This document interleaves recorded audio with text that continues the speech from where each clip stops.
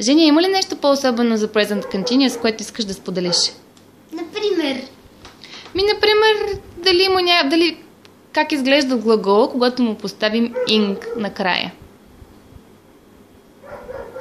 Има ли някаква промяна? Например, при write пиша. Writing. Как и се се променя. Например, вместо да сложим накрая и, махаме ито и поставям вече ing и става writing. Има ли някаква друга промяна, освен това, че махаме това последно и накрая?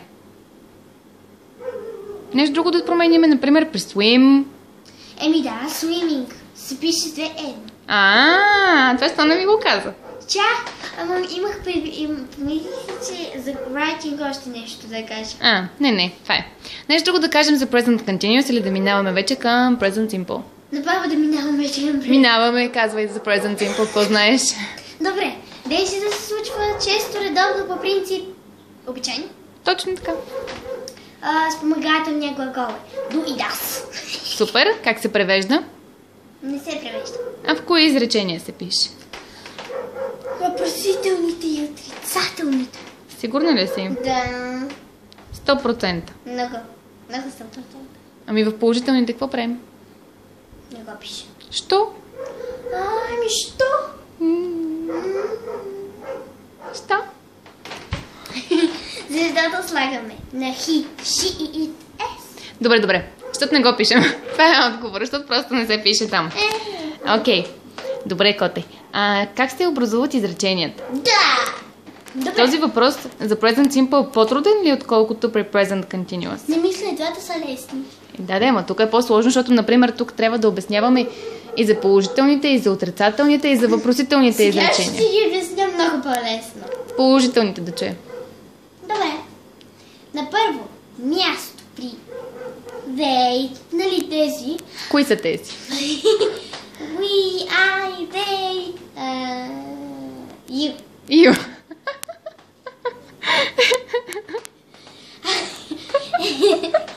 Мерзни ме по време на клипчето, Женя. Добре. I, you, we и they пишем. Първо пишем Този, който извършва действието, на второ място глагол. Няма да слагаме с накрая на думата. Кой ти е казал за на края на думата? Никой. Така, именно. Нещо да кажеш. He, she и it. Така. Когато този, който извършва действието е Do или das. he, she или it.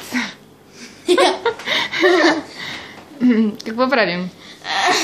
На първо място пишем този, който извършва действието. На второ място глагол с s. Плюс s. Окей, супер си. Нещо особено при правописа на този S има ли? Watch. Tom, watch. Yes. Пишем ES, watches. Окей. Study. Studies. Как се пише studies? И. Спелувай ми го. Стигайте. Айде, пробвай. S-T. You. Да не би си забравил да спелуваш? Не. Добре. D. D. Steady. Има ли Y? Познай. Да. Не, махаме го. Stud. Няма Y и на негово място има E-S. I и S. Махаме Y и пишем I. I и S. Много е. Studies. Добре, какво правим с отрицателните изречения? Най-лесното. Например, добре, казвам сега. На първо място този, който извършва действието, на второ място този спомагателния глагол. Който е? Don't или doesn't. Добре. И на трето място? Добре. И... Кога пишем don't? You, we, they, you. Супер, да, добре. А кога пишем doesn't? При he, she, it. Супер си. Перфектно. И въпросителните изречения. На първо място спомагателния глагол, който е do или does. Окей. А на второ място този, който извършва действието. На трето място глагола. Добре, кога пишем do?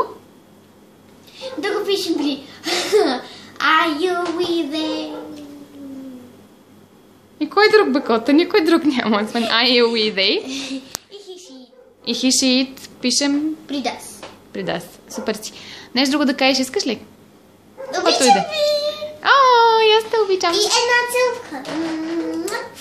Оле, Женя, ти ми размаза камерата.